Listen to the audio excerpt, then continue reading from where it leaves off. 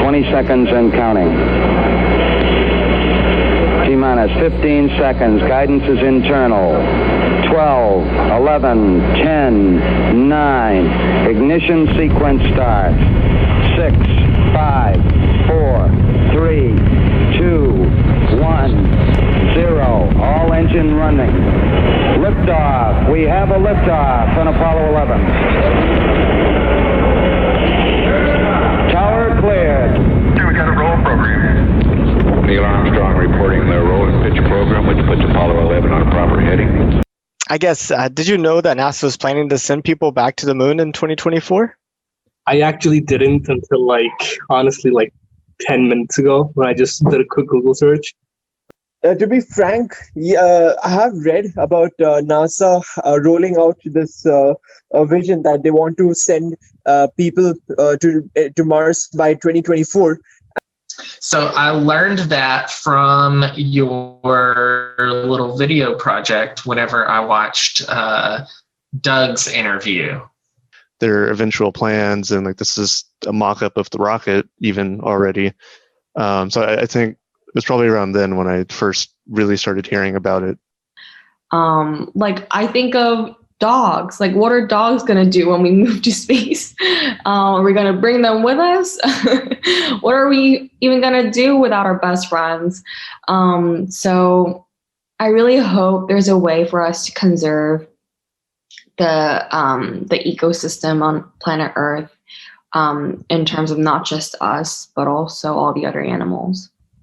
Humanity left to itself, I believe, would sit on its butt and want nice meals and to be pampered, taken care of, kind of thing. And so this gives us a symbolic opportunity to reach for something. And a fun fact: there is already a part. There is a tiny town in the middle of the deserts in the United Arab Emirates where they have just allocated for a city named as Martian City. Small laser-powered probes to send to Proxima Centauri at achieving 60-70% the speed of light, so they can get them there within a single person's lifetime. Well, I think it's good because we get to explore more about, because honestly, we know a lot about the Earth, but we don't know a lot about space. And the further we go out to the moon, the closer we get to space, if that makes any sense. And I had the NASA channel whenever I used to have time to watch TV, and that was something that I would watch, somewhat regularly, just as, that was more interesting than whatever garbage is on TV to me. I think at the very least, we're definitely going to have research stations on the moon and Mars, and then potentially eventually growing that into, maybe a permanent residential or some sort of other presence there that's not just the researchers. And that's an organization that's dedicated to detecting alien radio signals. And he was part of the team that wrote the first protocol for what to do if we do detect aliens. The space program, I remember Carl Sagan writing about this and talking about this, right? One destroyer for the U.S. Navy, and I'm not picking on the Navy, costs more than the space program, right? So it's a question of priorities again. Where do we want to put our money? And it's not guns or butter. It's not this or that.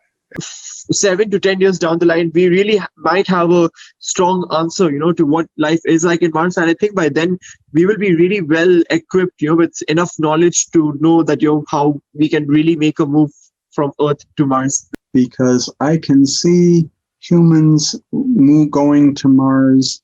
I don't know that I see humans adapting to Mars rather than engineered starting from humans and making Martians instead out of them. That is bodies that would be comfortable with the lower gravity, the thinner atmosphere, the like there.